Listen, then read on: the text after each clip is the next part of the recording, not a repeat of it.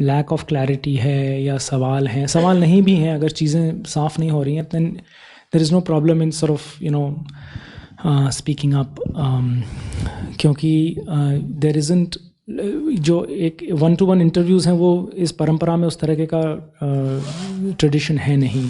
तो अगर हम ग्रुप सिचुएशन में ही जो भी हमारे डाउट्स हैं या सवाल हैं या डिसएग्रीमेंट्स हैं, अगर ऐसा कुछ भी है वो शेयर करते हैं, then it also helps the rest of the group. So one of his suggestions and requests was that if we do have something, then we can just come up with it.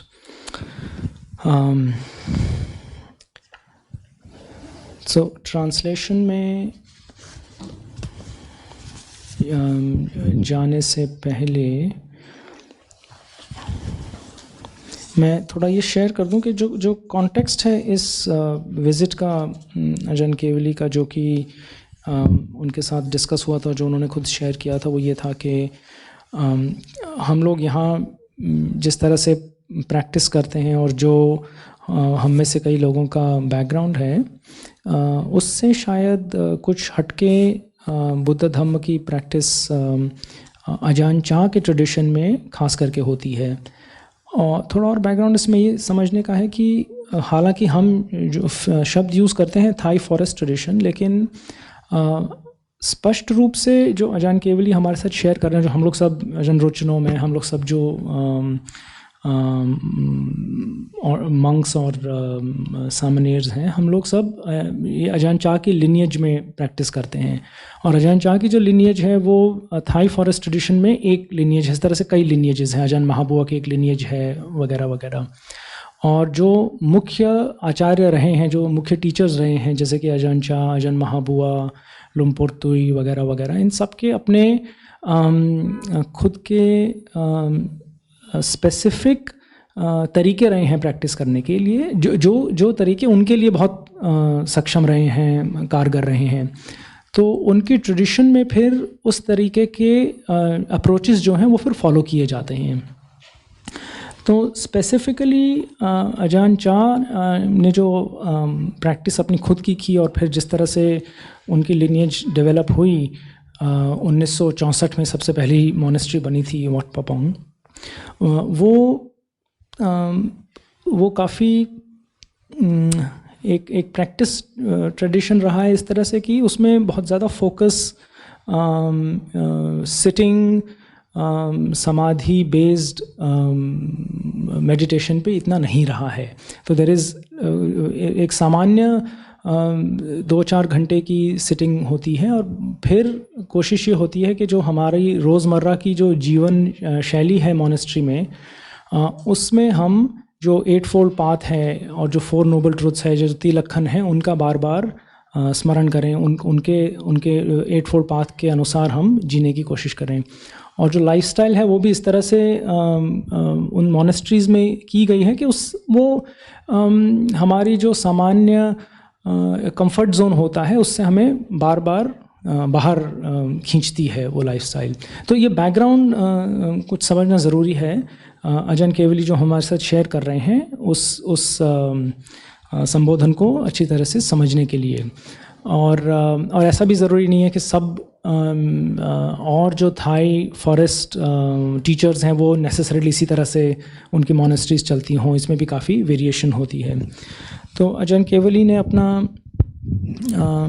वक्तव्य शुरू किया अजान रोचनो को introduce करते हुए। अजान रोचनो नेपाल के नागरिक हैं और वो अजान केवली के साथ लगभग उसी समय और काफ़ी मॉडर्न जगह है, लेकिन ये वही ज़मीन है, ये वही जगहें हैं जहाँ पे भगवान बुद्ध खुद रहे और खुद इन जगहों से निकल के गए होंगे, रहे होंगे।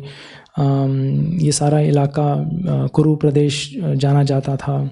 और तो काफ़ी अजान केवली के मन में एक श्रद्धा का भाव जागता है जब वो इधर आते हैं। और जब बेशक वो सिर्फ बिहार और यूपी ना जाएं जहाँ की ट्रेडिशनल हमारी होली साइट्स हैं भगवान बुद्ध से संबंधित, पर इस इलाके में भी सारे इलाके में उनको यही महसूस होता है कि ये भगवान बुद्ध की धरती है। तो इसलिए वो ये यहाँ जो आए हैं और जो फिर हम मंडे और ट्यूसडे को हरियाणा जाएंगे, वो इस सब को अपनी ऑनगोइंग जो इनकी पिलग्रिमेज है, जो इनका तीर्थ चल रहा है, उसका एक हिस्सा मानते हैं।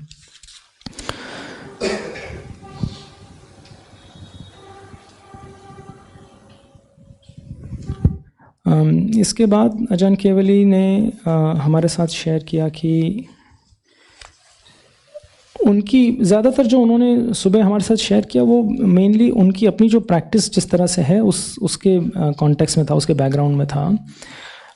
तो वो अक्सर ये जो भगवान बुद्ध की जो टीचिंग्स हैं, जो धम्म का सारा रास्ता है, उसको एक एक्सप्लोरेटरी तरीके से वो देखते हैं, और वो ये कोशिश करते हैं कि जो संदिग्धिकों और अकालिकों के दो धम्म के कैरेक्टर्स हैं, क्वालिटीज़ हैं, गुण हैं, उन पे काफ़ी फोकस करें। मतलब अभी इस क्षण, इस समय, हियर एंड नाउ में क्या मेरे लिए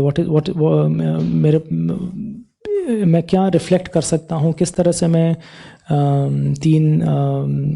4 आर्य सत्यों को देख सकता हूँ, किस तरह से मैं 3 लक्षण देख सकता हूँ। तो हियर एंड नाउ का काफ़ी वो यूज़ करते हैं अपनी खुद की प्रैक्टिस में। और जो धम्म की जो टाइमलेसनेस है, अकालिकों का जो गुण है, मतलब ये चीज़ बदलती नहीं है, चाहे वो भगवान बुद्ध के समय हो, चाहे अभी के समय हो, चाहे वो जर्मनी में हो, चाहे यहाँ हो, कहीं भी हो।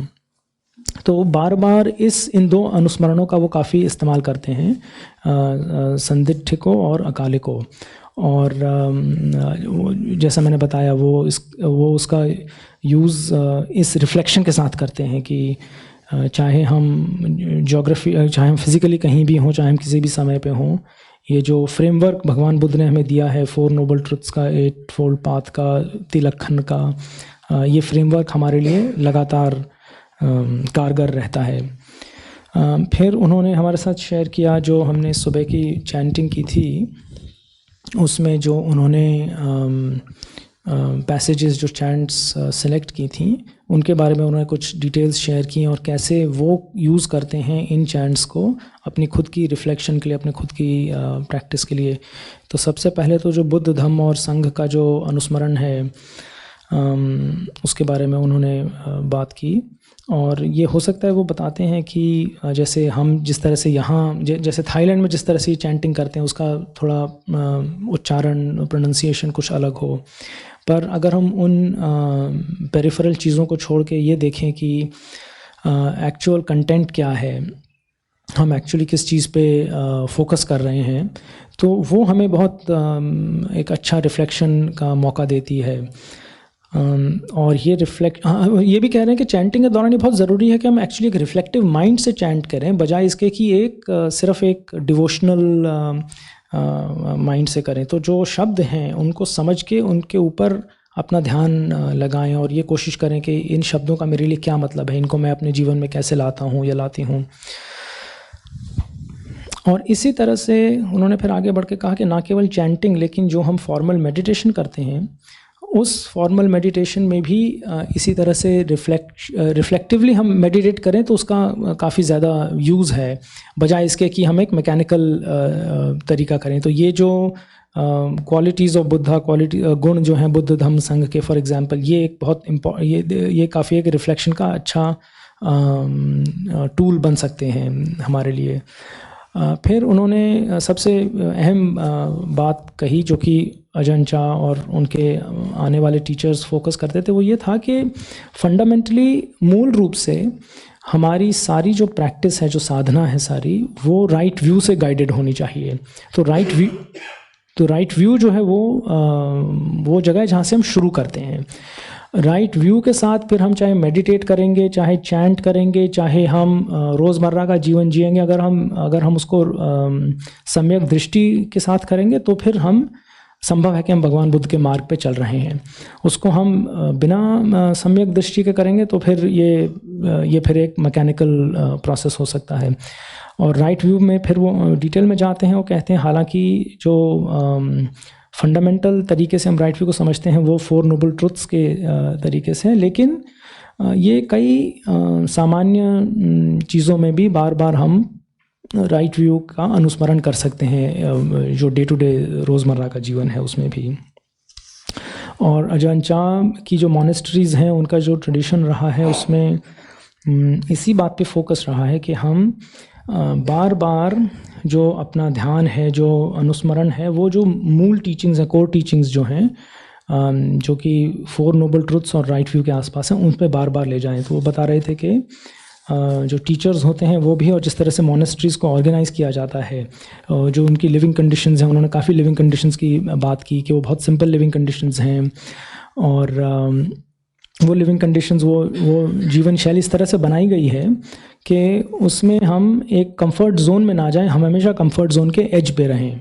तो जो एक समय भोजन करने की प्रथा है, और इलेक्ट्रिसिटी यूज़ नहीं होती है मॉनेस्ट्रीज़ में, जो रहने के कुटियां हैं उनमें फॉर एग्जांपल, और इस तरह से कई प्रैक्टिसेस हैं जो अजान चा ने डिज़ाइन की थी, इस मकसद से नहीं कि हम आर्टिफिशियली या ज़बरदस्ती अपने आप को पीड़ा पहुंचाएं। वो आइडिया नहीं था इसका आइडिया ये था कि हम कंफर्ट जोन में ना रहें, और हम एक माइल्ड डिस्कम्फर्ट बनी रहती है, तो दैट कैन बी, वो एक रिफ्लेक्शन का तरीका बन सकती है। वो एक हमें बार बार हमें इस चीज़ का याद दिला सकती है कि देखिए जीवन में किस तरह से हम डिससेटिस्फैक्शन, दुख का अनुभव करते हैं।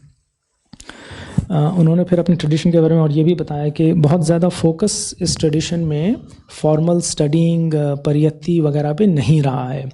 हालांकि थाईलैंड में और ट्रेडिशंस हैं और मॉनेस्ट्रीज़ हैं जिसमें काफ़ी फॉर्मल स्टडी पे फोकस रहता है। इसी तरह से बर्मा और श्रीलंका में बहुत सारे ट्रेडिशंस हैं जिनमें परियत्ति पे बहुत फोकस रहता है। लेकिन अजान चा का जो ट्रेडिशन है उसका काफ़ी ज़्यादा फोकस प्रैक्टिस पे रहा है। और फिर जाके उन्होंने इस बैलेंस की बात की कि हम बेसिक जो बुद्ध भगवान की टीचिंग है, जो अंडरस्टैंडिंग है, उसको बनाएं, और उस टीचिंग को फिर कोशिश करें कि हमारे रोज़ के जीवन के अनुभव में आए, हम जीवन किस एटीट्यूड से जीते हैं उसमें आए। ऑफ कोर्स फॉर्मल मेडिटेशन में तो आए ही। सो उन्होंने इस बैलेंस पे काफ़ी फोकस किया कि किस तरह से अजान चा का फोकस था, और अजान चा और उसके बाद के जो टीचर्स थे उनका परियत्ति और पटिपति पे एक बैलेंस तरीके से चलने का फोकस रहा था। तो ये ना हो कि हम सिर्फ बुक नॉलेज जो एक माइंड के रूप जो एक इंटेलेक्चुअल लेवल है उस पर बुद्ध धर्म को समझें, सिर्फ वो नहीं हो। और ये भी नहीं हो कि हम मैकेनिकली कुछ प्रैक्टिसेस करते रहें, चाहे वो डिवोशन की प्रैक्टिसेस हों, चाहे वो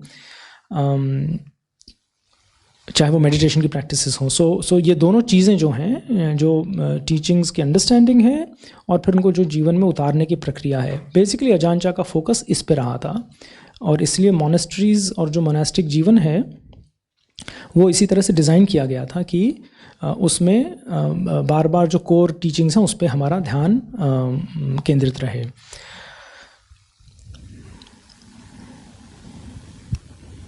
जो 4 नोबल ट्रुथ्स की उन्होंने वो बार बार हमें उसी पे ला रहे थे, वो एक की की तरह, चाबी की तरह इस्तेमाल करते हैं उसको फोकस करने के लिए। जो हमारा जो एक्सपीरियंस हो रहा है उसमें किस तरह से हम पहले आर्य सत्य को देख सकते हैं कि अच्छा डिससेटिस्फैक्शन है, क्या है उसमें, व्हाट इज़ द, उसमें क्या मैं दुख का अनुभव कर रहा हूँ, और उसके पीछे का कॉज जो है, जो कहीं कोई क्लिंगिंग होगी, कोई तन्हा होगा, किसी चीज़ से मैं अपने आप को अटैच कर रहा या कर रही होंगी, जिस वजह से मुझे ये डिससेटिस्फैक्शन, ये दुख का अनुभव हो रहा है। और फिर जिस हद तक हम इसको अबैंडन कर सकें, छोड़ सकें, लेट गो कर सकें। तो जो सारी प्रैक्टिस होती है वो इन मॉनेस्ट्रीज़ में वो इन नोबल ट्रुथ्स के फ्रेमवर्क के आसपास होती है।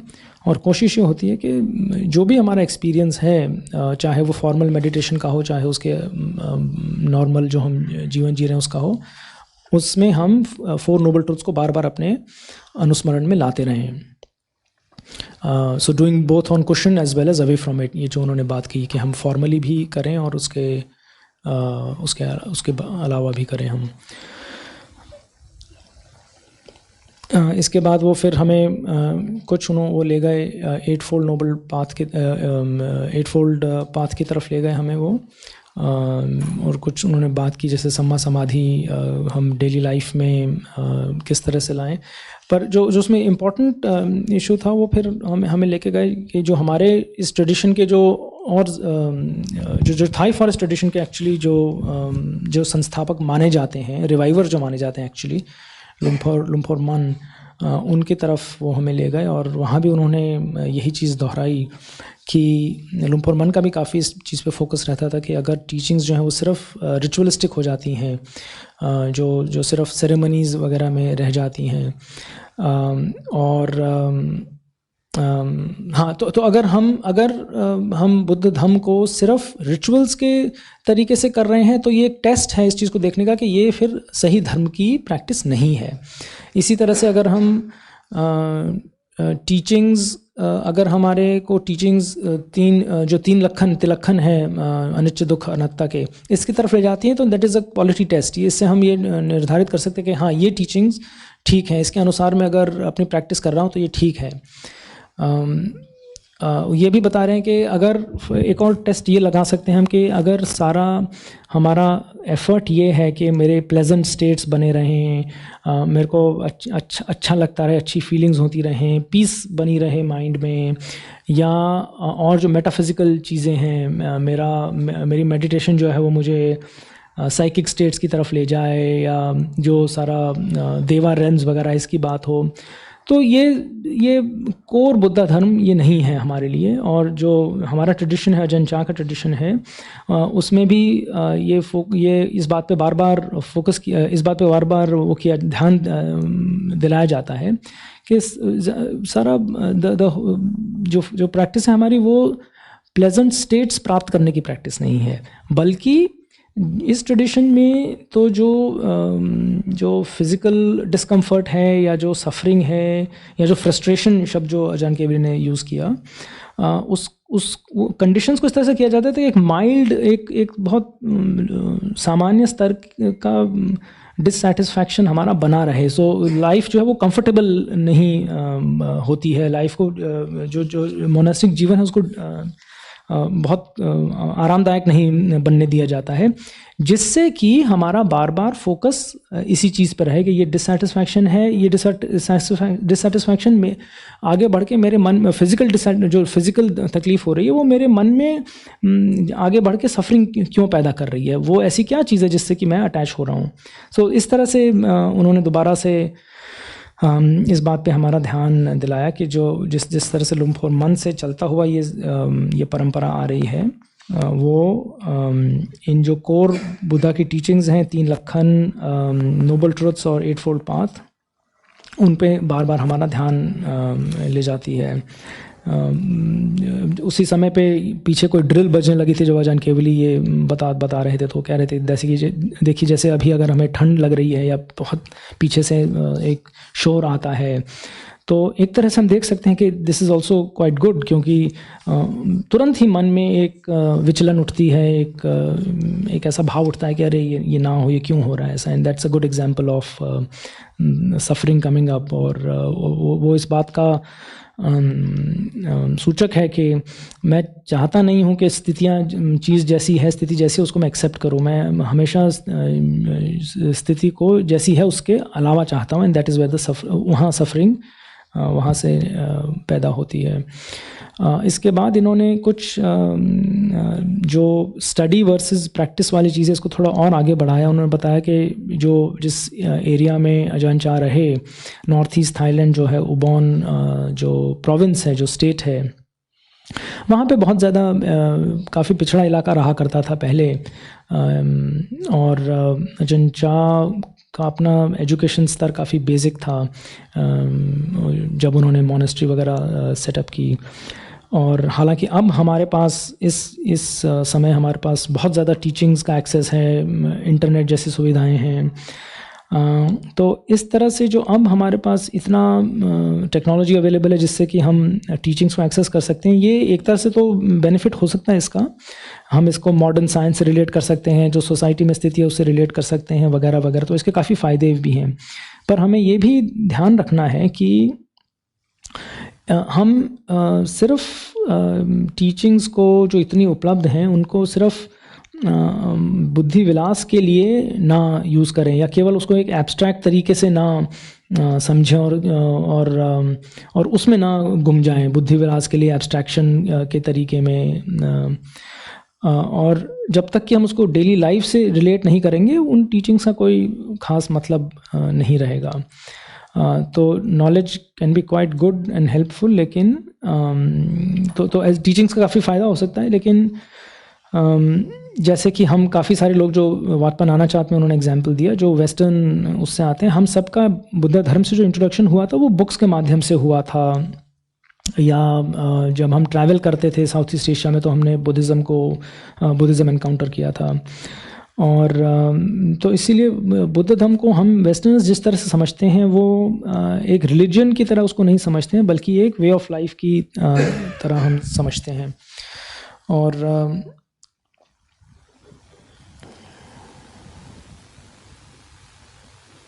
तो उस तरीके से जब हम इसको समझते हैं, तो जब जीवन में लोगों का जो बिहेवियर होता है वो हम जैसा चाहते हैं उससे अलग होता है, या हम जब ये हमारे मन में भाव उठता है कि जैसा मैं समझता हूँ ऐसा ही ठीक है, या एक आइडियलिज्म का भाव उठता है कि चीज़ें ऐसी ही होनी चाहिए, तो ये सारी चीज़ें जब हम इन सारी चीज़ों को यूज़ करते हैं धम्म को डाउन टू अर्थ लाने के लिए, धम्म को अभी जैसी चीज़ उठ रही है उस परिस्थिति में धर्म को एक्सपीरियंस करने के लिए हम उसको यूज़ करते हैं। और हम ये रिफ्लेक्शन लाते हैं, अनुस्मरण लाते हैं कि रियलिटी जो वास्तविक स्थिति है वो परफेक्ट नहीं है, वो वैसी नहीं जैसा मैं चाहता या चाहती हूँ।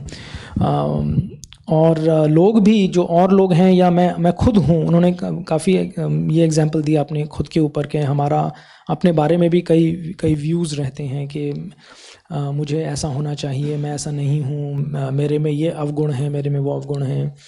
तो ये सारे जो मन के अलग अलग बदलते हुए स्टेट्स हैं, ये दोबारा से हमें रिफ्लेक्शन का मौका देते हैं। और इन्होंने फिर से अपनी मोनेस्ट्रीज़ का एग्जांपल दिया कि किस तरह से हमारी मोनेस्टिक सिचुएशंस में भी जो हम अलग अलग कल्चर से, अलग अलग देशों से, अलग अलग बैकग्राउंड से, अलग अलग उम्र के लोग साथ रहते हैं, तो इसमें बहुत सारी आपस में रबिंग होती है, आपस में जो हम फ्रिक्शन होने की संभावना है। और इस रबिंग और इस फ्रिक्शन के माध्यम से ही हम अपने जो विकार हैं, जो अपने डिफाइलमेंट्स हैं, उनको पहले तो देख पाते हैं और फिर हम उनको लेट गो करते हैं। तो दोबारा से वो इसी बात पे आए कि जो प्रैक्टिस इस ट्रेडिशन में होती है और जो धम्म की जो फॉलोइंग है, that is more than formal cushion पे बैठ के सिटिंग प्रैक्टिस। जो सारा जो मोनास्टिक लाइफ है वो सारी इस तरफ ही केंद्रित है।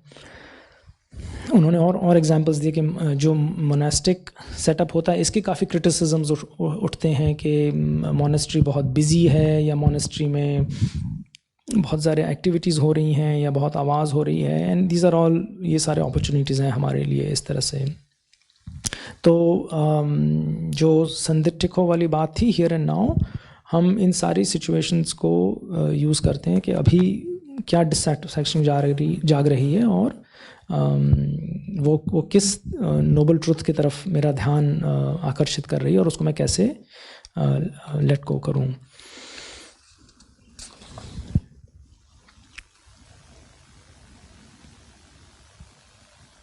तो फिर से उन्होंने मिडिल ग्राउंड की बात की थी, दैट हम कोशिश करते हैं कि हम इंटीग्रेट करें एक बेसिक स्टडी को अपनी reflective day to day reflective practices के साथ, जिसमें कि हम आइडियलिज्म जो है कि चीज़ें जैसी होनी चाहिए, हमारे मन में जो कल्पना है चीज़ें आइडियली कैसे होनी चाहिए, उनको छोड़ते हुए, उनको साइड में रखते हुए। उन्होंने और एग्जांपल्स ये भी हो सकता है कि सिटिंग मेडिटेशन में हमें बहुत पीसफुल स्टेट्स आएँ, बहुत शांति मिले, और वो ठीक है, लेकिन वो भी फिर ख़त्म हो जाते हैं। ऐसा नहीं है कि वो हमेशा रहते हैं। हम ये भी करते हैं मोनास्टिक लाइफ में कि कुछ हम पीरियड्स चुनते हैं हमारे लिए कि इस दौरान मैं अपनी प्रैक्टिस की इंटेंसिटी बढ़ा दूंगा। और फॉर एग्ज़ाम्पल लोग अपने अलग अलग अधिष्ठान करते हैं अपने खुद के लिए कि इस कुछ समय के लिए मैं बात नहीं करूँगा, बात कम करूँगा, या खाने पे और कंट्रोल करूँगा, वगैरह वगैरह। तो इस तरह से कई सारे अलग अलग कुशल उपाय इस्तेमाल किए जाते हैं अपनी प्रैक्टिस को उसकी इंटेंसिटी बढ़ाने के लिए। और ये भी शेयर कर रहे थे कि इसी तरह से कई बार ऐसा भी होता है कि कुछ पीरियड्स उठते हैं मन में जब बहुत एजिटेशन या बिजीनेस जागती है मन में, एंड दैट इज़ ऑल्सो, उसको भी हम उस स्थिति को भी, उस उठी हुई स्थिति को भी हम एक रिफ्लेक्टिव प्रोसेस की तरह, एक रिफ्लेक्शन के लिए यूज़ करते हैं।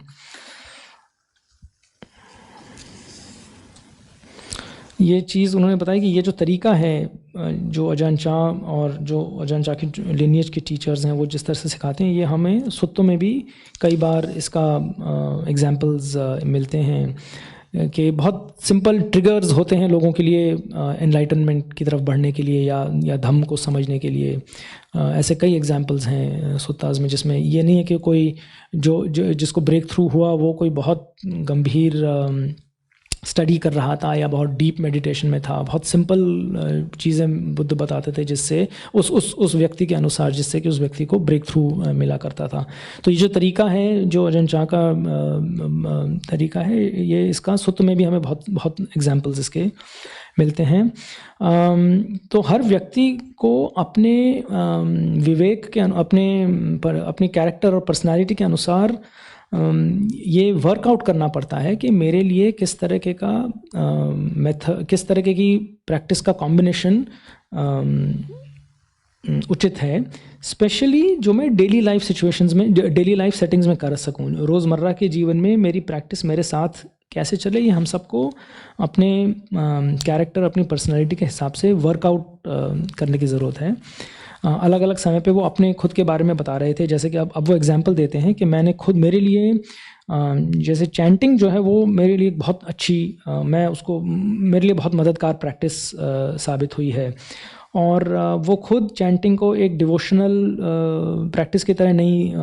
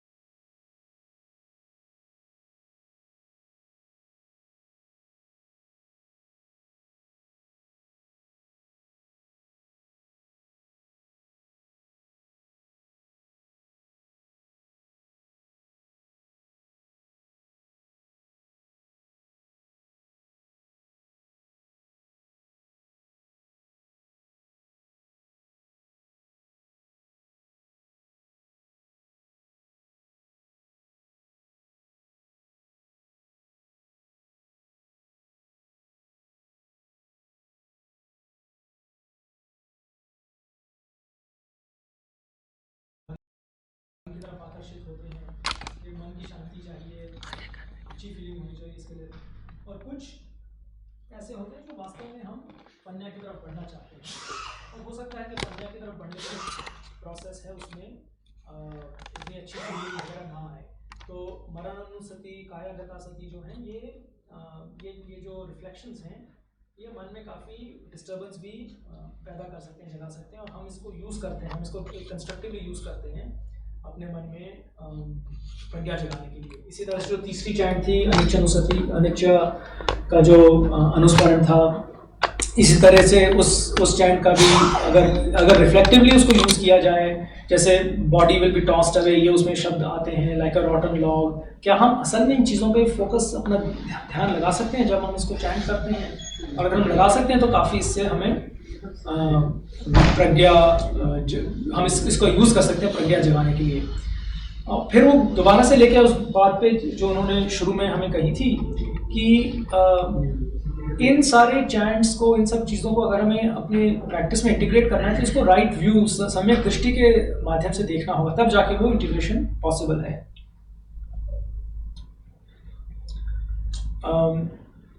फिर उन्होंने कुछ एग्जांपल्स दिए कि ये इस तरह के जो अनुस्मरण हैं वो हमें और लोगों को समझाना, स्पेशली जो कि इन चीज़ों से फैमिलियर नहीं है, वो काफ़ी मुश्किल है। जैसे कि कई ट्रेडिशंस हैं जिसमें बहुत इसको अच्छा माना जाता है कि जो देवा रेल्म्स हैं, हेवन रेल्म्स हैं, वो किस तरह के क्या, उसमें क्या होता है, इन सब चीज़ों पे जो वेस्टर्न रिलीजन्स की उन्होंने बात की उसमें हेवन की बात काफ़ी है, लेकिन कभी ये फोकस नहीं होता कि हेल रेल्म्स क्या हैं, कि जो नेगेटिव हैं इसके वो क्या हैं। इस पे नहीं फोकस होता कि जो हेवन रेल्म्स हैं, जो देवा रेल्म्स हैं, वो भी इम्परमानेंट हैं। ऐसा नहीं है कि उनमें जो कॉन्शियसनेसेस उनमें हैं वो हमेशा उन्हीं में रहती हैं, ऐसा नहीं है। तो ये चीज़ें जो हैं इसके बारे में हम सोचना नहीं चाहते, हम ये जो अनप्लेजेंट चीज़ें, इसमें हमारा फोकस जाता नहीं है। जबकि जिस तरह से अजहन केवली थेरावाद बुद्धिज़्म को समझते हैं उसमें ये चीज़ें वेलकम की जाती हैं।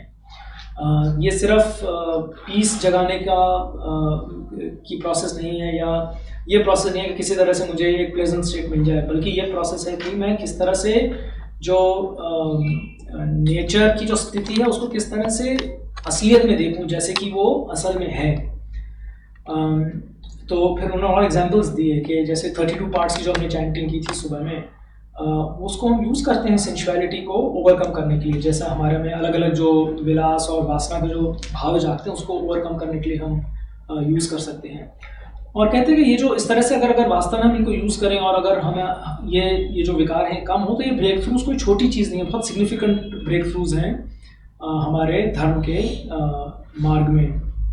तो ये इस तरह के जो रिफ्लेक्शंस और रिकलेक्शंस हैं, ये हम इस ट्रेडिशन में काफ़ी यूज़ करते हैं, और ये अजहन केवली की खुद की प्रैक्टिस का बहुत बड़ा एक पार्ट है। और फाइनली जो हमने आखिरी चैंट की जो एक तो मेता की थी और फिर चारों ब्रह्म विहार की थी, तो इनको अजहन केवली बताते हैं कि बुद्धिज़्म में इस तरह की जो एक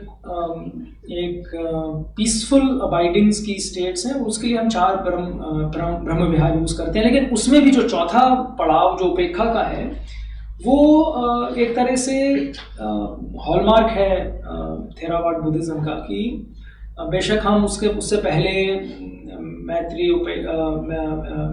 मुदिता या करुणा, ये सब हमने बात की, और फिर हम उस पॉइंट पे आए हैं कि वहाँ भी लास्ट जो उसमें रेस्टिंग प्लेस है वो एक इक्वानिटी, न्यूट्रलिटी की एक रेस्टिंग प्लेस है, इवन विद पॉजिटिव स्टेट्स। जहाँ हम पॉजिटिव स्टेट्स की बात करें, वहाँ भी हम इवेंचुअली एक इक्वानिमस न्यूट्रल स्टेट में आने की कोशिश करते हैं।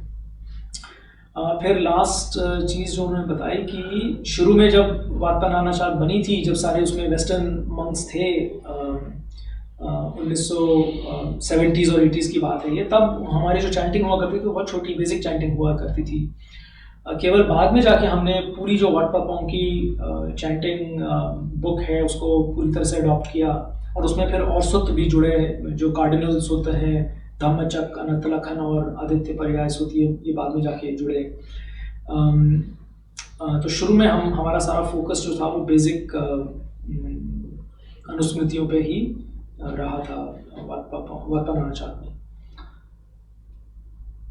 सो ये एक समरी है आखिर के मेरे ख्याल से 10 मिनट में मैं रहा नहीं यहाँ, बट ये एक बेसिक समरी थी जो अजहन केवली ने बताई। और ये प्रियम्बल है जो वो हमारे साथ अब करने वाले हैं आज बाकी बचे दिन में और कल।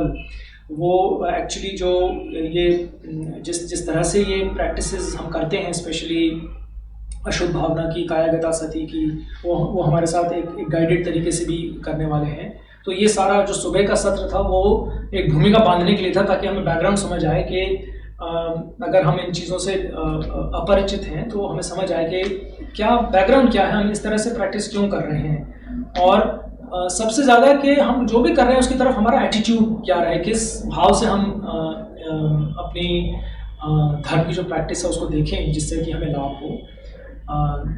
और तो फाइनली बस जो उनका जो ओपनिंग लाइन थी वो शायद सबसे महत्वपूर्ण थी कि हम किसी भी चीज़ को अगर सही दृष्टि से, राइट व्यू से अप्रोच करेंगे तो फिर हम शायद उसमें वो लाभ प्राप्त कर सकते हैं जो कि भगवान बुद्ध ने इंटेंड किया था हमारे लिए जब ये सारी चीज़ें, जब ये टीचिंग्स की गई थी।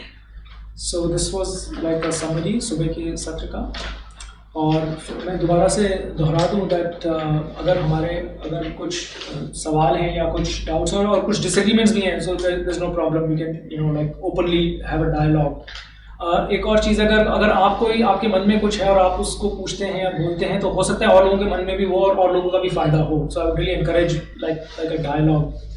और अजहन केवली काफ़ी इनफॉर्मल हैं आप लोगों से जो उनको जानते हैं, तो we can feel free to like engage in a dialogue। और अगर कुछ आपके सवाल हैं जो ये कंटेंट है इसको छोड़ के तो उसमें भी कोई दिक्कत नहीं है। कुछ लोग आज दोपहर में बात कर रहे थे अबाउट विजिटिंग नानाचार्य वगैरह, तो ऐसे में अगर कोई सवाल है वो भी पूछे जा सकते हैं, उसमें कोई देयर इज नो प्रॉब्लम। जो सारा शेड्यूल है उसी तरह से बनाया गया कि इंटरेक्शन का टाइम ज़्यादा मिले। सारा इंटेंशन इस शेड्यूल की यही है कि अगर इतने दूर से कोई आए हैं हमारे पास तो हम ज़्यादा से ज़्यादा फ़ायदा उठाएं उनकी यहाँ प्रेजेंस का।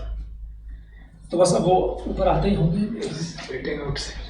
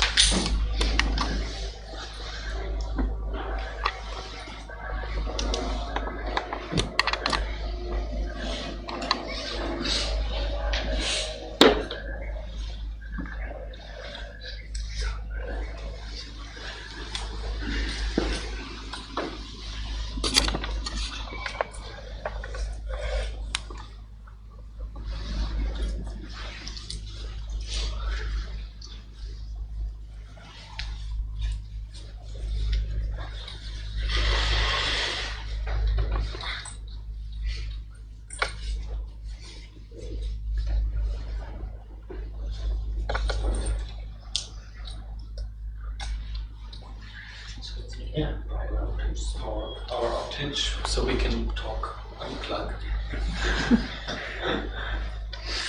without amplification. So you just heard the summary of this morning. Ajahn, can I move in a bit closer? Sure. I can't catch the audio from here. Yeah, okay. I'm afraid it will only go as long as the batteries last anyway.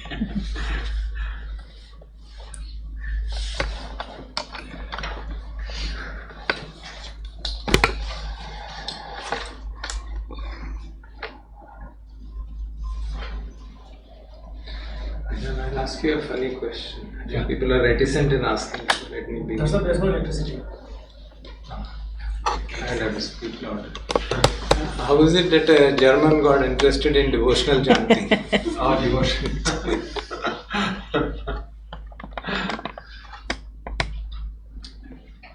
Well, I mean is that normally we associate Germany with mechanical, Germany is very mechanical engineering.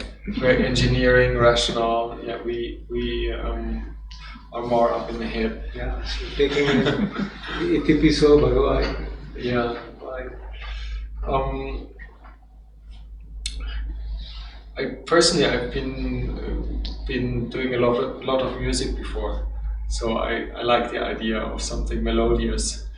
But there's many aspects there that, of course, in the beginning, like many monks coming from the West, we're a bit critical of devotional things, and particularly coming from a Protestant background, you believe that there's a lot of hypocrisy going on when we show devotion, and I guess it comes naturally after some time of approaching Buddhism through meditation, where we try to sit quietly and do a more, say, kind of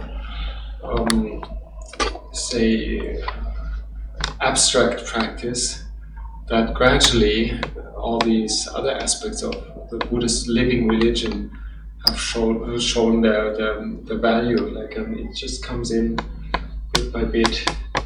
I think being in a community is a big thing. You sometimes get taken along by the atmosphere of a place, and I think that's also a benefit of practicing together on retreats. Like you can see that other people kind of have an influence on you and make you support you. And I felt there's quite a few things in the Buddhist teachings that, like many people from the West, you believe like they're cultural additions. But then later, when one then looks at the in the suttas, how much devotion is expressed there. For example, even the king kissing the Buddha's feet, for example, and or people circumambulating even the Buddha 3 times, the devas, for example, walking around the Blessed One. And these things, like after having observed them in similar practices of devotion and respect in a living Buddhist culture, I felt actually they're backed up in the scriptures as well. And they may take slightly different forms, but people can come through faith and open up more to the wisdom side of things. And some people come more from the rational and say intellectual side, and then gradually open up to the faith side. And I think it's like one of the spiritual faculties that one needs to have. Like, how come it worked for me so far? Maybe it's also like some kind of karma. Like people are different. Like I actually do like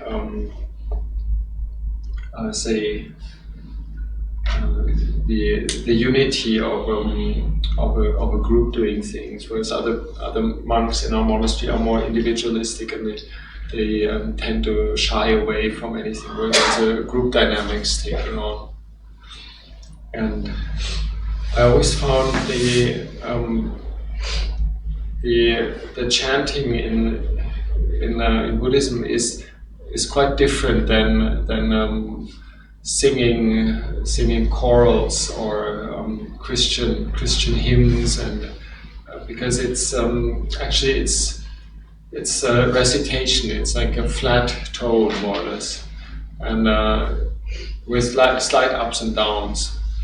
Whereas in Christianity, like if you think about the chorals and the masses, the beauty of music is used to kind of glorify the Lord God, and it is meant to exalt the spirits. Whereas like the Buddha was actually quite careful in that. For example, the monks aren't allowed to sing or sing the chanting. Like, we're not allowed to recite the teachings with drawn out voices, it is said. Like, anything that's too embellished is actually against our rules. So in one way, it's a good middle way. Like, the chanting is not quite music, and at the same time, it's not only the dry words. And the idea of repeating the teachings and memorizing them, this is also something I was like a bit averse to first, thinking memorization is something for people that don't have the wisdom or the creativity to think for themselves. That's like a bit the dogma of the 70s, which I was born in 68, and we were brought up like, you have to be creative, you have to reinvent everything by yourself. Like, in my schooling, like, we barely memorized anything. And I chose to study physics because I was too lazy to do all the stuff that chemistry. In chemistry you have to memorize a lot, and in biology as well. It's not with physics, you have one formula or so that then you get by with thinking. And so then in the Theravada tradition there is quite an emphasis on memorization. And I realized that it is like something very practical. If one has memorized a set of teachings, then one has them with oneself, like they're like in your memory. You don't need an SD card. You don't need at that time there wasn't any internet anyway. Like 20 years ago, it wasn't very common anyway. But like you don't need it to carry around any books or so. So I always like the idea to have the teachings right there. And chanting certain passages. For example, the monks' training rules, the 227 rules, is one of the things that we actually do every fortnight. Like, we have to chant. One person chants the whole Patimokkha, all the training rules, which takes about 50 minutes in Pali, and it's all memorized. There's no books. There's one book for the checking because it has to be good, well chanted, well correct. Like, shouldn't be anything missing or mispronounced. And I felt very honored to be part of a tradition that upholds that, because it's how the Buddha's teachings were transmitted from the early days. So I guess, how does a German come to chanting a bit? Because it makes sense. It makes sense to chant. You're independent of Google and all kinds of media. You can just use your own memory, and wherever you go, you have it. It's quite a smart way of having the necessary information at your fingertips. And chanting is easier than simply memorizing the words. Like, you've got a rhythm to it. It's also, I think it's intended by the Buddha himself to have certain gathas, like stanzas. Even in some of the suttas, at the end there's like a short summary in the like a poem, so to say, rhythmic. And at the same time, the Buddha didn't allow to put his words in Sanskrit meter, because it was like the Brahmin caste. It was like something that the Buddha felt like it's like quite an elite only that has access to the teaching. So again, it sounds very almost Protestant. Again, like my upbringing, thinking you should understand the words, you should know the words. It's like a bit like semi-rational, but yet emotionally nourishing enough. Doing it in a group. So for us, chanting is not just pure devotion. We wouldn't just like we don't have to chant 120,000 mantras or so in order to qualify for some level of spiritual practice or so. We just for us, even chanting it once, if it goes all the way through the heart, then that's good enough, actually.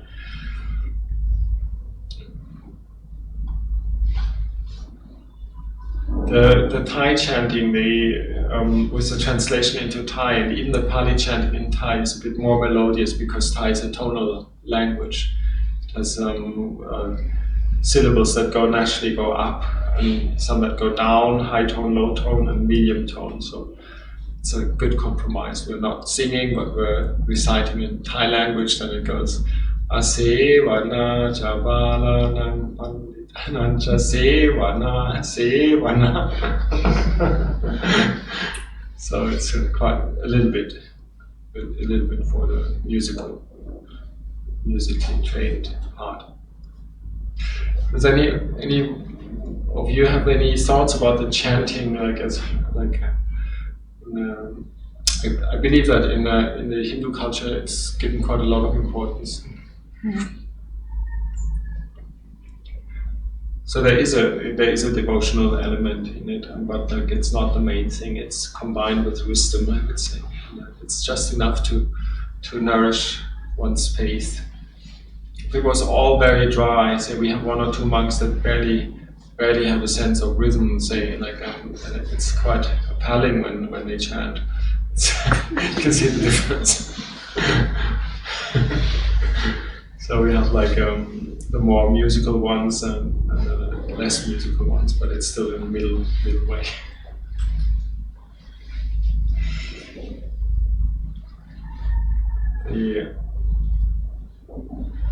The meaning of the words, sometimes just chanting Pali without 100% knowing what the meaning is still does something to the heart, because one feels this connection of that it's something ancient, something that is not directly only, say, kind of subject to analysis, but it's more or less you get snippets of it, and it's like a puzzle, like a jigsaw puzzle. You relate certain contents to it, so it's also quite creative if one hasn't really studied the language.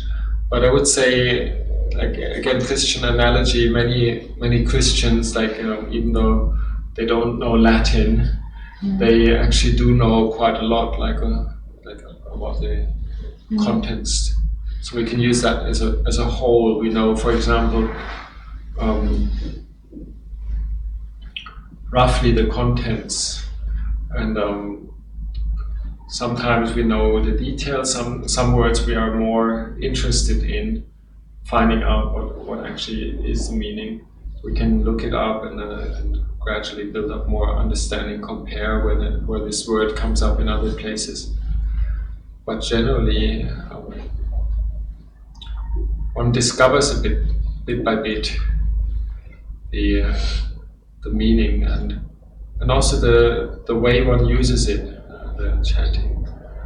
For example, when the monks go to the forest and enter unknown territory, and we chant particular verses, which is meant to create a good, friendly atmosphere. We chant the Metta Sutta, for example, and our monastery has got a branch in the national park where there's still quite a lot of wildlife, and there's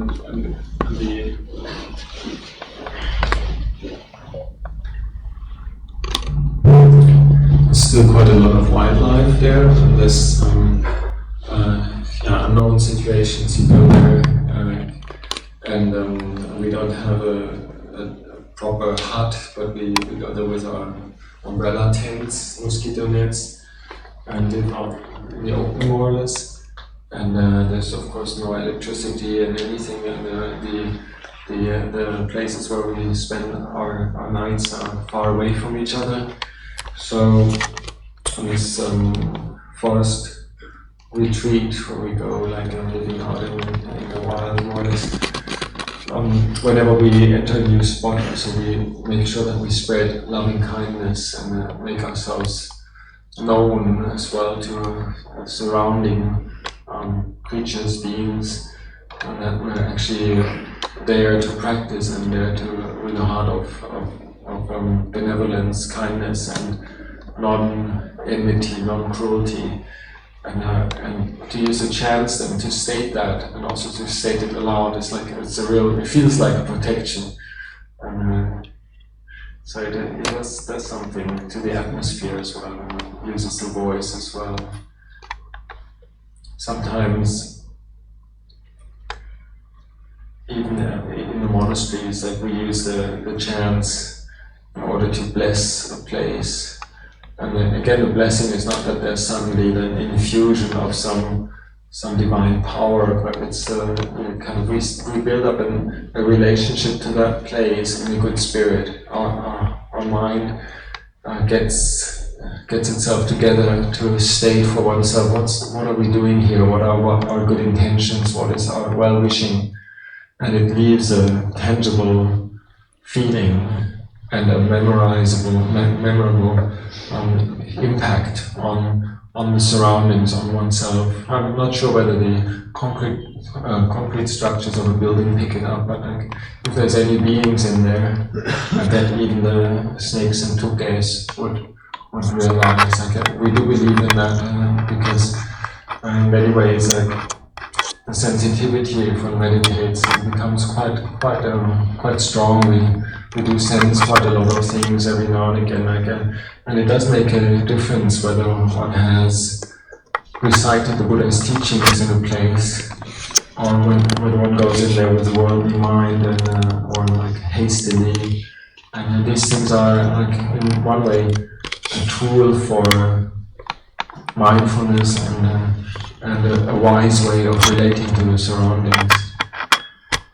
Yet I do believe that things can also, of course, I think you can say it like that, like there are things like blessings and there's things like curses, like whenever you feel somebody is in a real bad state of mind and he goes around ranting on everyone, spreads negative energy, you can feel it.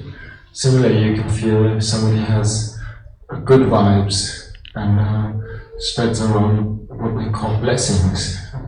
Goes and it doesn't have to mean that he smiles everywhere. It can also be very silently and discreetly. So I believe there's a lot of overlap with other religions there as well. But the way we use it in Buddhism is in a very moderate way, kind of as a support and a tool. Because generally, like so many Germans in the 70s, we believe like we have to do the work ourselves. It's not like nobody else can actually save us. So it's part of how we grew up. I believe that's a modern way of thinking. There's many people coming to a Wat Banana chant from the West. They are overly self-assured about, like, as if the world was waiting for them to become enlightened. So then a bit of mellowing down and saying, look, you need some friends and some support, some field of merit somehow, not just you. That's also good. So it's a bit the middle way. How does a German come to chant? I don't think I could beat the drums and go around in saffron robes and collect money and chant mantras also in the inner cities of Europe, America. So but in a lonely forest where there's snakes, tigers, elephants, I believe I can sit there and chant the Metta Sutta. This is my middle way. Yeah.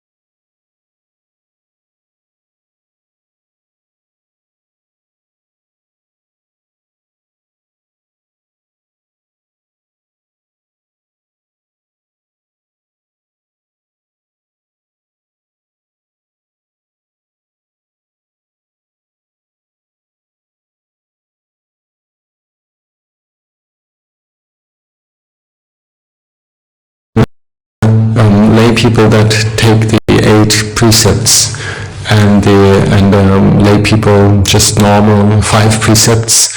If you remember the 8 precepts, they include Nacha, Gita, Vadita, Visuka, Dasana, and the 8 precepts more or less are like monastic vows on time, or short, like a simplified version of taking on the brahmacharya, like to take on the celibate life, stepping out from sensuality, and naturally then singing, music, entertainment, Googling, Facebook would be forbidden by that, whereas YouTube, and whereas for normal householders, it's not included. It's just sexual misconduct. There's no talking about the dangers of sensuality for householders. Not much. It's just a graduated discourse. You teach people to do moral things. You teach people to do to keep ethical conduct, and practice generosity, and practice meditation, develop insight. But the dangers of sensuality, which are behind why the Buddha most likely was not in favor of embellishing his teachings too much with arts and music and sensually enticing attributes. This step towards the dangers of sensuality, the Buddha actually reserved for people that are more or less more full-time dedicated to the practice, and have got a sense of wanting to step out of the whole samsaric realm of constantly prolonging the craving for sensuality. So, of course, music and also religious music and religious art is not nothing bad in that sense. It's only a bit too much. It's sometimes an overdose for people that live that very simple meditative life. That people that have subscribed to the 8 precepts and are living in the brahmacharya. For those are religious music, or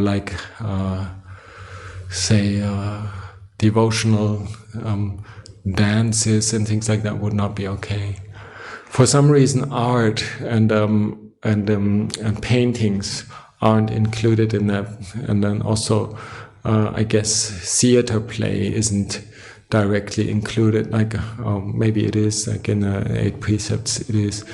But there's a gray area, and there's actually one sutta where the Buddha himself listens to a god from Tavatingsa heaven, I think, playing some music, love song or so, Panchasika. I don't know what song. Yeah, it's a poem, and it's described as some heavenly music or so. And so the Buddha said, "Fine, well done." So I think it's not hard and fast, definitely for lay people, but there is an overlap of the general teachings of the Buddha, not to get infatuated with the embellishments of samsara. Let's put it like that, painting everything in pink or so. What is that? What's the point of it? It's all about dukkha, or even in one's own body. There's so many areas where the Buddha cautions people from overly decorating and indulging in the beauty of supposed beauty of things. So in one way, it's not wrong, but it's also, the question is, how useful is it really? But people are different, so if one sees the whole spectrum of entertainment, for example, hard rock music, heavy metal, and all kinds of aggressive music, and somehow spiritual music, let's say there's an advantage in spiritual music. Whereas if one thinks about noble silence and the beauty of listening to the sound of silence, for example, like Lompo Sumedho says, as a meditation object, and music, even devotional music, I would say the sound of silence is a higher practice. But we also live in such a complex world where there's so much trivial things around, and there's so much things that are aggressive, like I said, and slightly, manipulative. If there is a moderate way of embellishing the Buddha's teachings for young people, or making it interesting for people that otherwise wouldn't sit down and meditate, I think it's not wrong. It's only that monks would not necessarily participate in that. In fact, we should actually abstain from it. We should not kind of engage in projects like, for example, a Buddhist drama group, like enacting the Jataka stories or so, or the Vesantara Jataka, which is very popular in northeast Thailand. There's all kinds of forms, like playing it, and the forest monks definitely we refrain from that. We think it's too much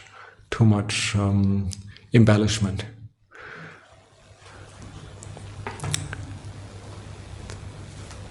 There's one can see a lot in the art of, I would say, I don't know so much about Indian art, but like in the art of Thailand, for example, it hasn't reached really the level where the artists even in religious circles, where the artists express their emotions in a picture. They actually try to present the facts in a culturally acceptable way. For example, the iconography is very clear. For example, Saka Indra is always green, for example, and things like that. Or the Devas always wear these little hats and things like that. The Buddha's got a flame. It's not like that the artist has to express his personal feelings or devotion or put it in the human expressions on the face of the Buddha. It's an icon, more or less. It's similar to the chanting. It's the bare structures, and people are supposed to fill it with their own imagination, their own life. Whereas I notice in Christian art in Europe, there's a jump in about 400-500 years ago when the emotions come in, and the artist expresses himself or herself by his interpretation of the scene, and the engagement, the message of the artist comes through. Whereas before, it's like more or less like the dry characters. So it's just Buddhist art is like still very schematic or like symbolic, rather than an expression of a personal understanding. Yeah. In India, basically, when we sing religious music, and I've been doing it for a very long time, yes, and yeah. I've seen it, that there are sometimes good poetry which highlight the same concept which we have in the suttas. Yeah. For example, when we say that we should get rid of our vices, we should lead a pious life, and all those things, when they are put in a poetic form, they resonate very well with the audience, and then they start appreciating that this is what is being said. And there have been great saintly poets in our country who have written a lot, which goes with the philosophy of Buddha itself. Yeah. And there it is not worshipping or idolizing any god particularly. Mm-hmm. It's just to say how a human being must lead his life. So in that way, when if one can try, and maybe we could try something like this. Yeah, I believe that's a bit like I think that's part of the what's possible in similarly when you think of the Buddha himself, like in the suttas, in the verses, he must have been one of the greatest poets of ancient Indian literature, I would say. And even in the more profane, mundane works like the Patimokkha, you can't help to notice that there's a certain rhythm in it and a certain certain puns in it, and there's a certain amount of humor in it even.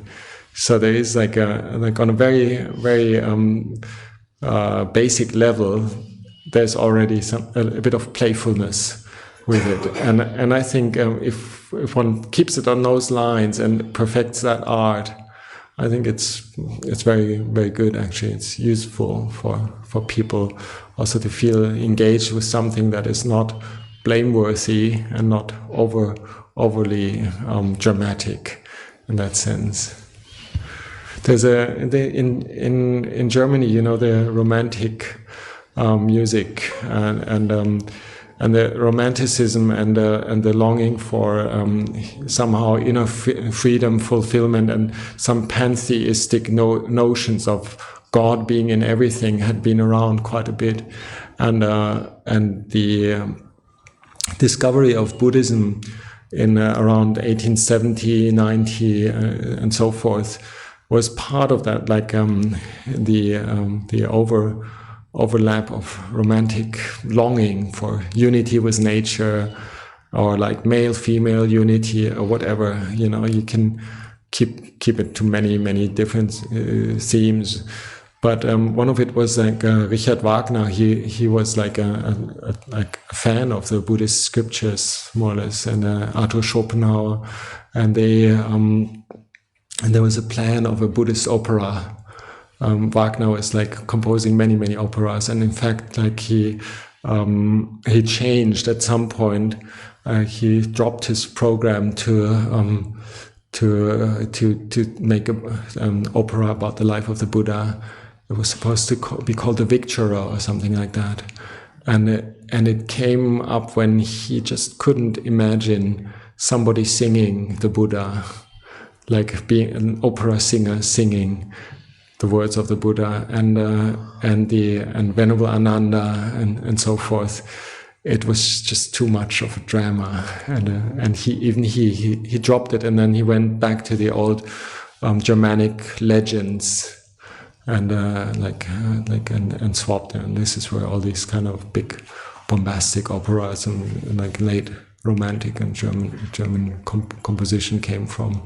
I'm glad he didn't finish his Buddhist opera. There is actually there is a contemporary Thai composer who took on that project a little bit, and they had a concert lately, I think in Munich, and it was highly profiled by the Thai media as well, and I heard a bit of a criticism by the German side why none of the monks were actually blessing this ceremony. So it's obvious. It's against our precepts to listen to operas, concerts.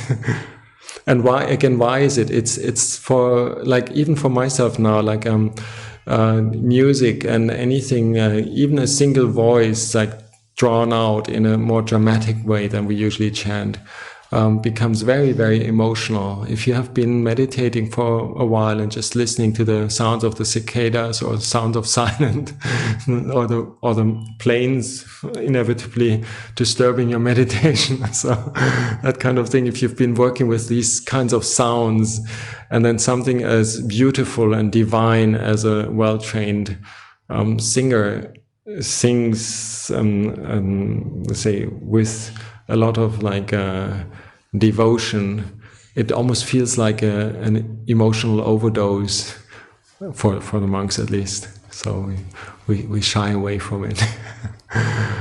All we get is little bits and pieces sitting in public buses and so forth.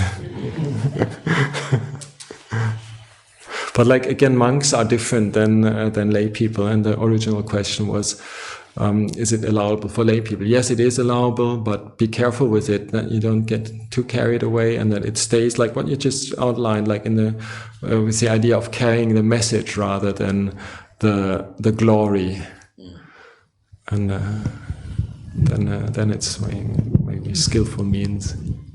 Ajahn, also, like for example, some of the suttas, because in India we have a very rich music tradition of various ragas. So there was a group in India who did the Mangalam Sutta and the Ratana Sutta in certain raga forms. And it was very well appreciated for the lay community as such. Would that be considered all right, or would that be considered not all right? I think for lay people it's all right. Okay. Yeah. Thank you. In Thailand there's a very popular series, a documentary about the life of the Buddha. Many episodes. I think it must be some Bollywood kind of producer or something like that. and actually we haven't played it yet. We like at Wat Banarasha because it's too sensual. In particular, it starts with palace scenes and so forth. For monks, it's not so recommendable. For lay people, it's fine, and especially if it gets people away from the more coarse and aggressive and meaningless things that they are used to watch, and I think it's okay. But yet, like it's a fine line, and also the commercial aspect of it, and the feeling of like something to create a kind of a fashion or a mass magnet of. And this is also a bit like to be careful about, like that it doesn't become something cultish or something like that. You know, even rock music. You think of the Beatles, how cultish they are. Like as innocent as it starts, and I think there is also a little bit of caution there, not to go over the top. Generally, the forest tradition were a bit more on the side of like back to the roots, and you can also see in the monasteries we don't have much embellishments. It's actually quite functional. Yet before I ordained, actually I thought a bit about it. I actually do really like, for example, Thai temples with nice elaborate kind of like decorations and kind of tiled roofs and so forth. It feels exotic to somebody from Germany. It just feels similar to thinking about sitar music, and you just mentioned the word raga, or what, you know, like I just kind of there's some kind of like exotic, romantic, or like whatever feelings around it, which can help to get over a bit of the feeling of being dried out and being bored with what's on the menu in a odd forest monastery, the cicadas, the sound of the rain on the tin roof, the morning bell, some cars driving by, whatever. That's all we have. Like, so it can be a bit like dry every now and again. And I did think I'd like to actually ordain in a place where there's a bit more decoration, but the pull to something reasonable and something rational, like was overweighing my wish, and I did ordain in the forest tradition. And what I notice is over time you notice the subtleties of things. Like it's almost like the art of understatement is something I feel like is very appropriate for the Buddhist middle way. For example, when you read the suttas, of course the Buddha is always the exalted one, and is always very, very special. But there's also a human side to him, and there's also a subtle sense of humor in there.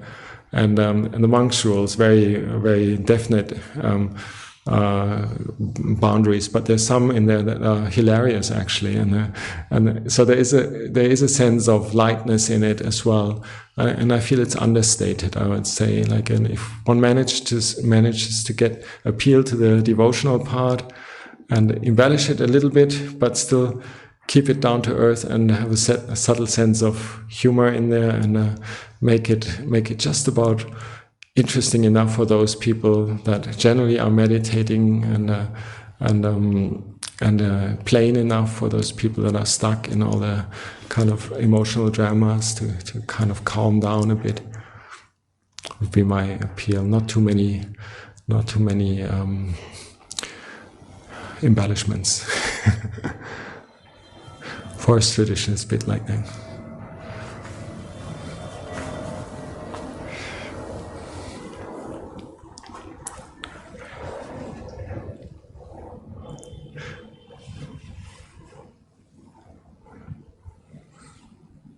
One does notice more of the subtle beauty of things if there's not too much around. You kind of appreciate more, say, a good, well-balanced layout of a shrine or of a room or so.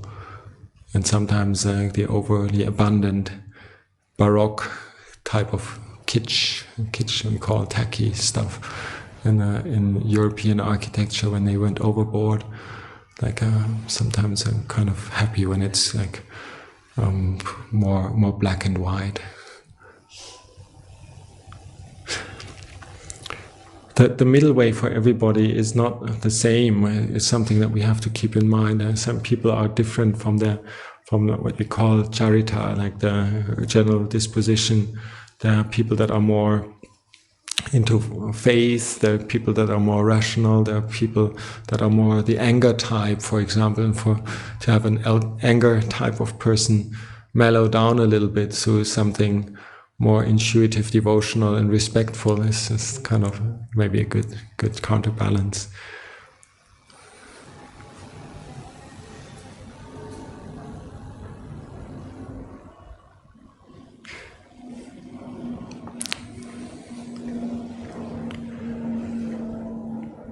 Definitely the old Indian Buddha images like Sarnath or say simple sandstone images, or like the black stone from the Gandhara era is very appealing to sense of like just that's just right, not too overly decorated, not too fancy.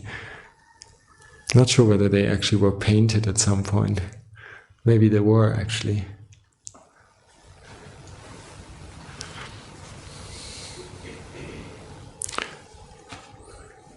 Yeah. Ajahn, what triggered your journey into this direction? That generally, or my journey to the Thai forest. When I was a kid, we spent 2 years in Thailand with my parents, my father working for a university in Bangkok, and we went there with the whole family. And at that time, I really liked the climate, the culture, the people, and even though we went to a Christian church every other Sunday, I did like the temples and everything, but I didn't have much interest, particularly in the philosophy. I kind of looked up certain things about Buddhism, and I was asked to explain a bit about Buddhism because I'd been living in Thailand as a kid, more or less, and I started getting more and more like identified with that little thing.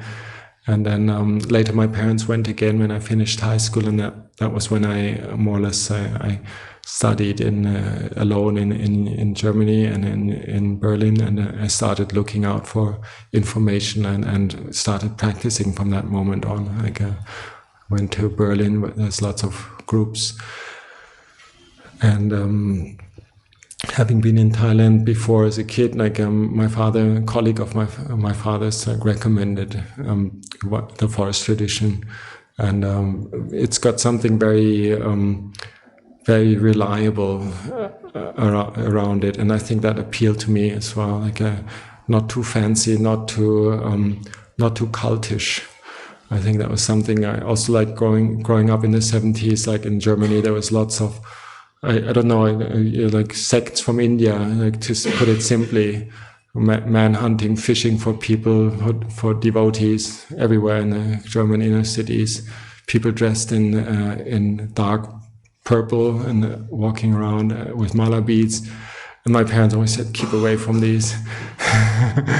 And so like I was a bit skeptical about it as well, but I did read like the suttas and started getting the classic texts like by Ajahn Buddhadasa, Ajahn Chah, Luang Por Sumedho, and so forth, and I found them really, really inspiring.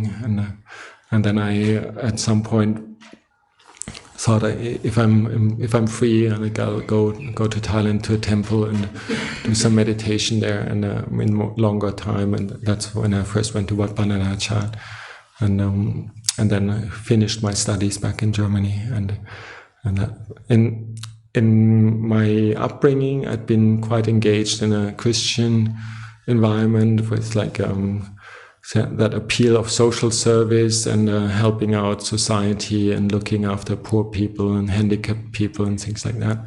I had an inclination to that, and a strong group which were like also kind of environmentalist things, and like in that generation, like, there was a lot like that, and disenchantment with mainstream politics and so forth, looking for some alternative way of life, as so many. So, and I found this idea of being an activist and trying to work hard in a grassroots kind of situation. It was like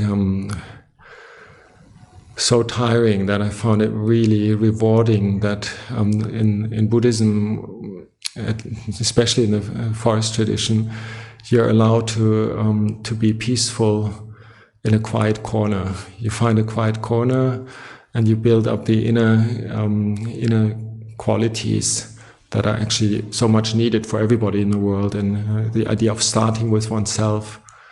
And that was very, very soothing after having had various difficult periods of trying to do the right thing socially and being engaged in all kinds of things. I felt like it's too much, and the teachings of samsara being endless, and there'll always be various states of existence where people suffer. That was really, really appealing, with the idea we got to break out from the whole system of rebirth and not just help fix the problems here and there and cure the symptoms and heal the wounds, but to work at the root by oneself. I found that appealing. And naturally, then the forest tradition is like a bit like going back to the original teachings without like the socially engaged part or so. We're more or less like withdrawing from society. We're actually in a place that doesn't have big projects or reach out to too many people, and emphasize meditation, emphasizing being alone and being with nature. These things were kind of like got me into. And then again, what the middle way is, how much to engage and how much to reach out is different for everybody. And even in our monastery, there are people that are naturally engaged, and there's others that are naturally withdrawn, and the characters aren't the same. And I wouldn't see it that black and white anymore, that Buddhism teaches you just to look after yourself and forget about the world. I would say that's also not quite the message. There's a sense of harmony and a sense of responsibility and interconnectedness in the teachings of the Buddha. And intermediately, there's tools in society where the Buddha taught about being responsible on all kinds of levels and taking on activities which on the ultimate level aren't needed. For example, being a good father, mother, or looking after, let's say, justice, having a right livelihood in many ways. there's many grades. Not everybody can just jump out of samsara at wish, so we have to use tools and bit by bit approach it. In Wat Pa Pong, in the main monastery, there's actually a lot of manual work going on. So if somebody would have seen me after my 6th, 7th, 8th Pansa rains retreat pouring concrete, thinking, what? Did you ordain for pouring concrete?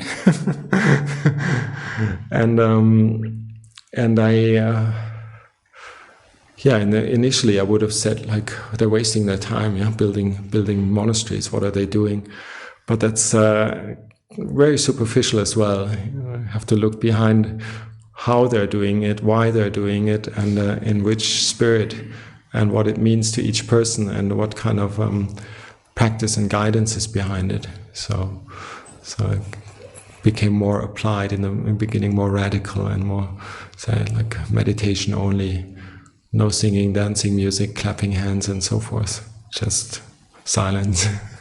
After some time, you naturally open up a little bit more, and then also there's more responsibilities than definitely right now, like in the position of looking after a monastery, one has to be more engaged in many ways.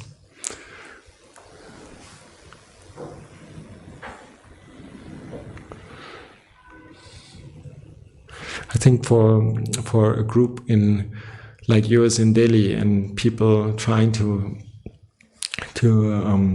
live in a worldly context, at the same time having enough nourishment for your own inner peace and a sense of Dhamma meaning in daily life.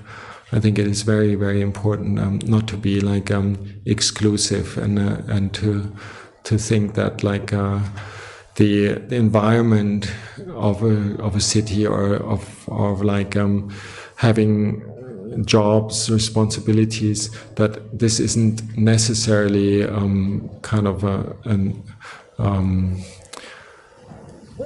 impinging on your practice, so that you can integrate these things and work with it and use whatever opportunity you have to see it in the light of Dhamma, rather than to think, oh, if I only was out there in the forest, oh, if I only was on retreat. That the black and white thinking of, I don't want this anymore, I want something else, or so, that sometimes increases our suffering a lot. We're able just to take it in, what we're doing, and have a sense of restraint and care, and that we don't know, that kind of don't indulge and overly go overboard, and live well in the boundaries of like what the Buddha kind of like recommended. Say, for example, the 5 precepts, or like taking on the 8 precepts every now and again, just to reaffirm for oneself that I'm able to just kind of cut down all the realm of sensuality.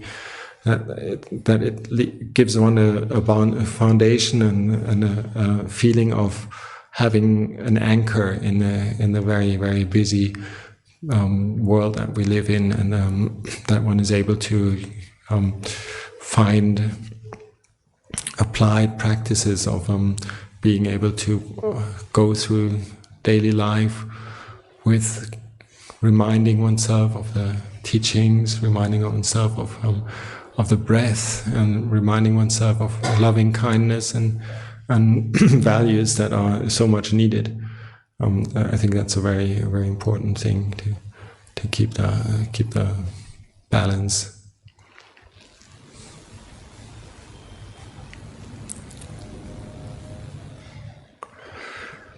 And to have periods of practicing every day for oneself, it's very important to have some corner or so in the house where you can sit down, and to keep that like as a symbolic place of refuge, where you can just kind of know, on this place I'm just breathing, and I'm just sitting, I'm just chanting, and keep that a sacred spot somewhere in your environment, and then one has a sense of like, I can revert to this. I don't always have to be out in the metro and work. And there's so many people in India. You find a place where you can be alone for an hour or two a day. I think it's important. A mobile phone free zone as well. No internet, and something where you're off signal. I think it's very important. Quality zone, quality time.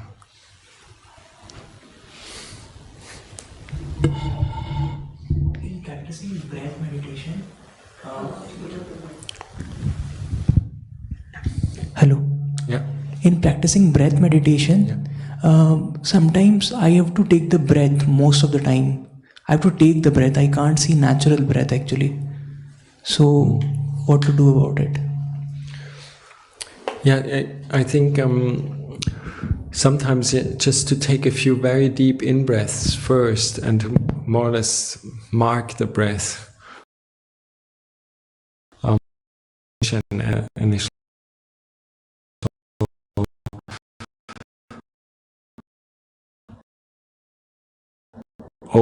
Deeply, very long.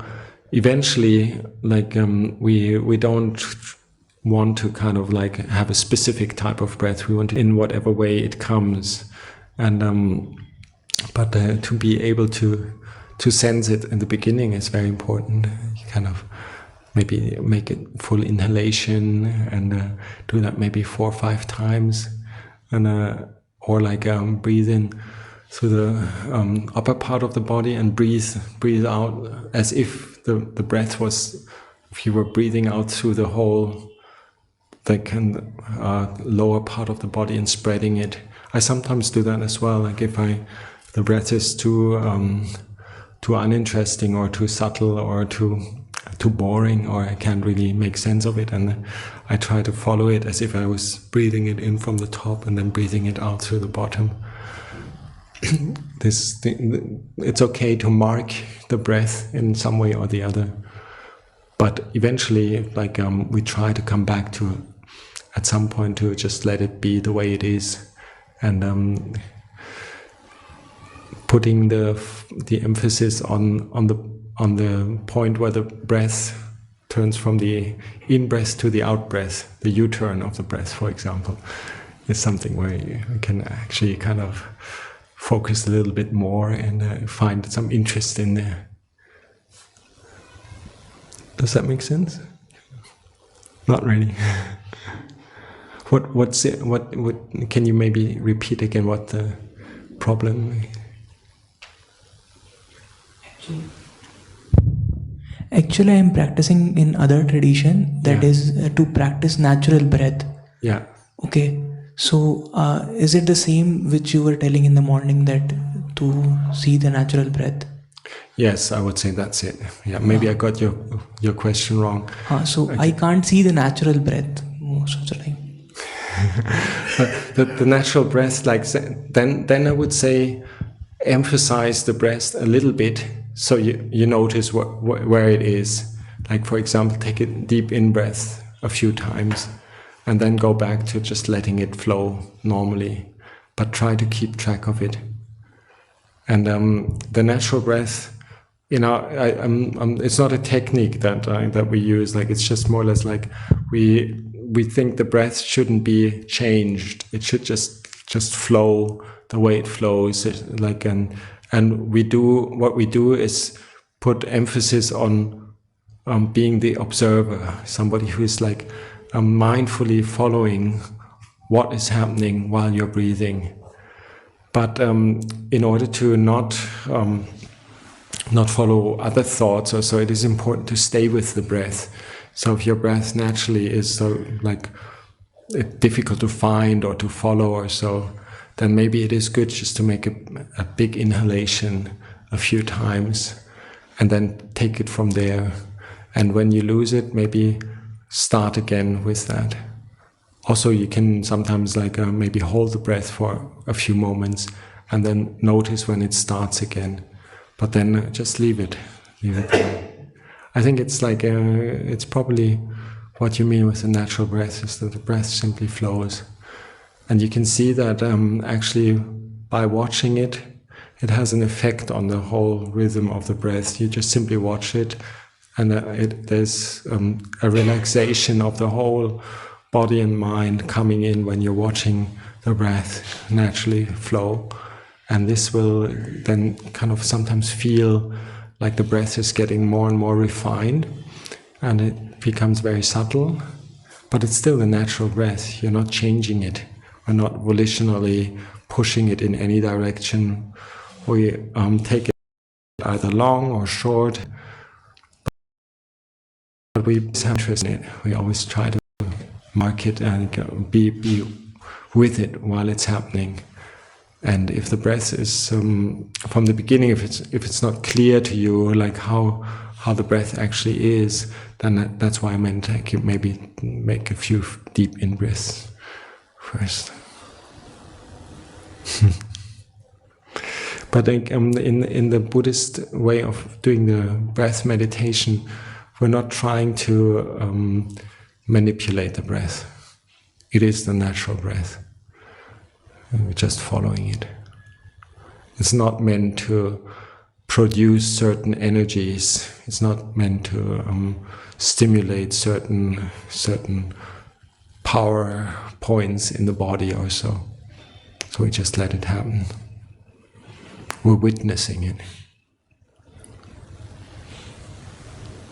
And when one is with the breath while sitting meditation and has a feeling of like naturally being observing and being mindful of the breath, you can also keep the awareness of the breath in other situations. For example, when you're doing other simple work or so, like for example when in the monastery we sweep the grounds or so, or like you might be painting a wall or so, you can make sure that your breathing is going naturally and calmly. And similarly to when you're wholly sitting there and watching it, you can quickly tap into the feeling of everything's fine, the whole body is just simply in balance.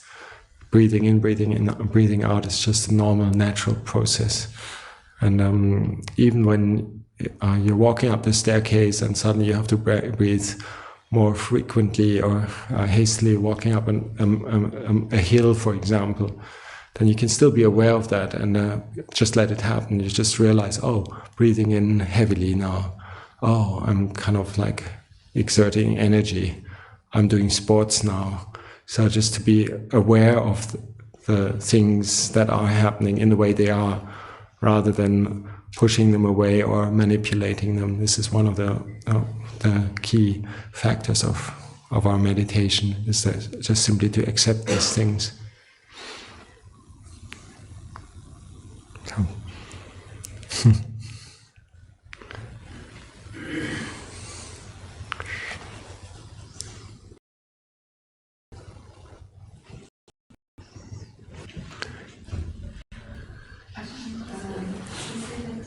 We are conditioned by our past lives. Sharmila, just hold on, Sharmila, just a minute. So, Ajahn, we say we are conditioned by our past lives and by so many different factors in this life too. So, would it be correct that to move to actually step away from the conditioning, is it only through listening to the word of the Buddha? Is that thinking correct, or am I missing something there? I think the teachings of the Buddha is a very direct way to step away from our conditioning. Yes. But it can, actually the teachings of the Buddha are so broad in that sense, that any other thing that takes you away from following your blind habits, anything that increases awareness and brings you in line with an authentic way of living in response to what is necessary for you to do, and not projecting about like, I wish to, I wish I had to, I wanted to, I hope to, or so. Anything that brings you away from that, These things are conditioned, like our hopes, longings, cravings, desires. These are the things that are conditioned by the past actions and by, our defilements like greed, hatred, and delusion, the basic things. Whatever it is, like that you can use. For example, it can be a simple, say, motto that you put up for a day or a week. Say, for example, on your birthday, you don't want to say anything bad to anybody. You just want to be happy and friendly to everybody, or you want to make gifts for one day, something like that. That's the Buddha's teachings in one way, but it's not like that you have to recite Anicca Sankhara or something like that. It's just like whatever it is that makes you step away from silly actions following stupid old habits. Yeah. Can be anything. Can be drive safely.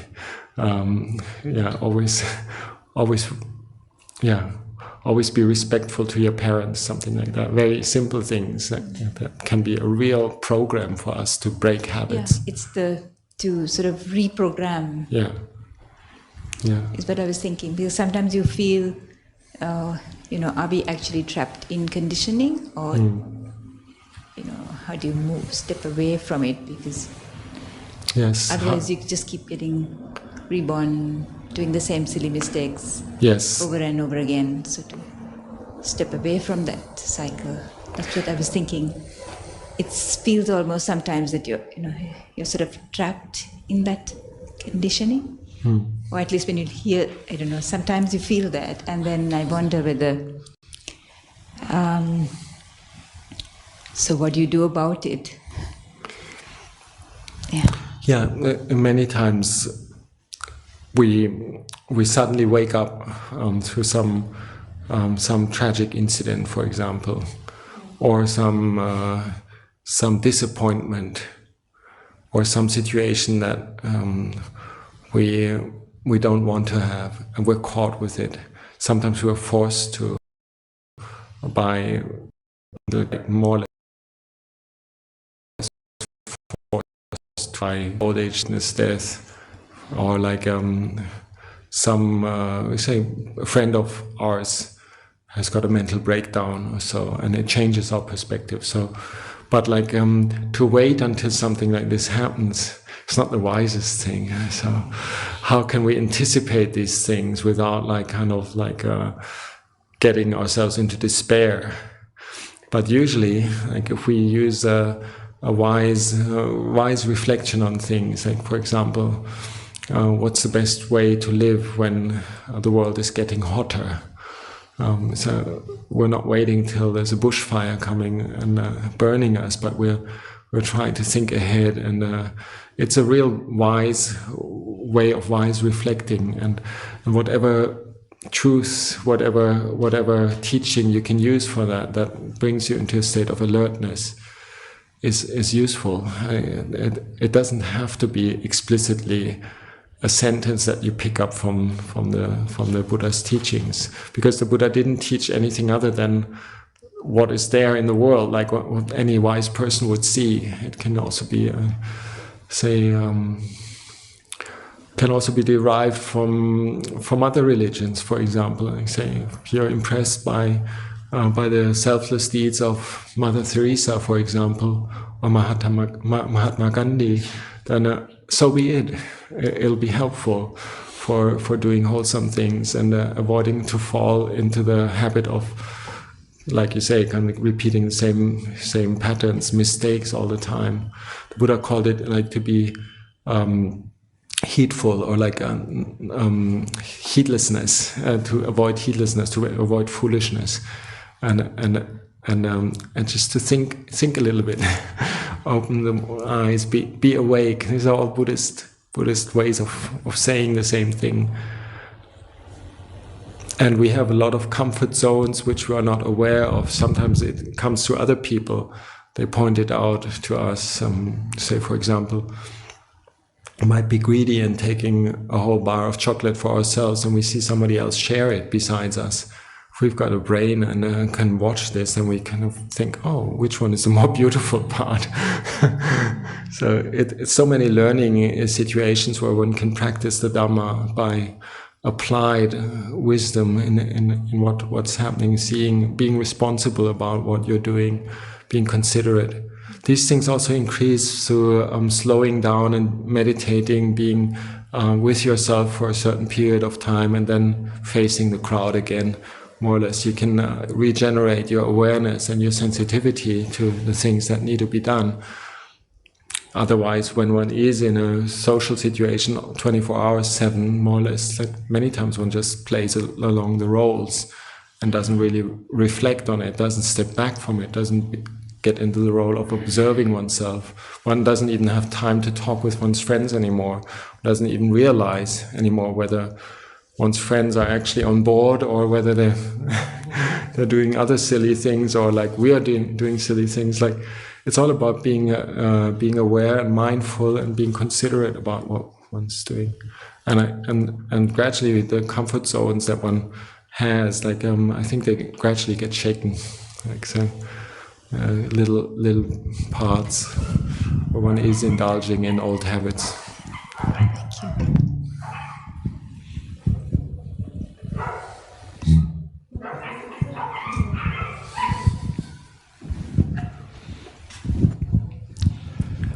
Ajahn, just a follow-up of the breath meditation question that was there. I have gone through this several times in the past, the doubts about when we are observing the breath, willy-nilly we start influencing or exercising some kind of a control on it, even without wanting to. Probably that is something which he might have also referred to, I don't know. When we are trying to focus on the breath, trying to do focus on the breath, then eventually it ends up as if we are not breathing naturally anymore. We are forcing it, exercising some control on it.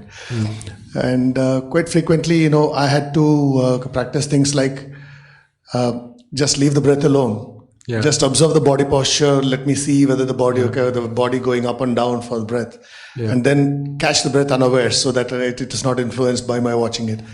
And then I start somehow being successful in watching a few breaths, which is natural. And then by the time I come back to the breath and I start controlling it again, the rhythm has changed. So this is something that is a dilemma. So are we really watching the natural breath, or are we willy-nilly influencing the flow of the breath by our observation on it? So this is a question which have been asked by others as well in some other retreats. So I just wanted to check with you on. Thanks for pointing that out. I wasn't aware of that part. I think it can easily be that we actually are manipulating the breath by watching it or trying to have it subtly be in a certain way. It can even be trying to make it more peaceful than it is, and trying to suppress it or so. And then at some point it suddenly kind of bursts out in a big in-breath and opens one's eyes, and that was it, more or less. And say one thing to do is that in one way, you can use the mantra relax, or like just to be aware of it, that we want to be just simply letting things happen, letting things be, and stepping back from that active role of like I have to, I want to, I need to, and just say how to be passive around it. For me, I think it would work to say relax. Come on, relax. And instead of saying Buddho, I might just say relax.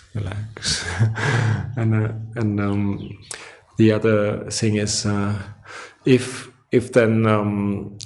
it does happen that, like, for example, we've been kind of like manipulating the flow of the breath and it's out of balance, and it claims back its natural course, so like suddenly something like that, so be it, then you start again. Just reset and start again. Don't worry about it. It's that by experience that we bit by bit get more familiar with these situations that we don't make a drama out of it, and we just take it, okay, another time, next one, and without investing a sense of like success or failure or so. And it many times happens that the breath becomes very subtle, and we get excited about it. We are kind of stopping the subtleness of the breath by thinking, am I getting somewhere? Is it, this is peace? This is like, am I getting into samadhi? Am I getting into jhana? And whoops, back we are, square one. And so it is really getting familiar with those points, like where something can actually be subtly influenced by our desires or control. So by getting it wrong, after some time you realize and you get it smoothed out, like, and just let it pass and start again. It's also part of the process of meditating. It's not just such a super linear thing that you constantly get better and better and better. And sometimes it is like something you gotta work with the same difficulties for a while and gradually get more experience with them, and then they're not as either difficult or exciting or like frustrating anymore. You just realize, like, yeah. And sometimes one gets fed up with the same traps, and suddenly one realizes, like, it's hard to say how it actually works, but like sometimes there is a sudden jump to a new perspective.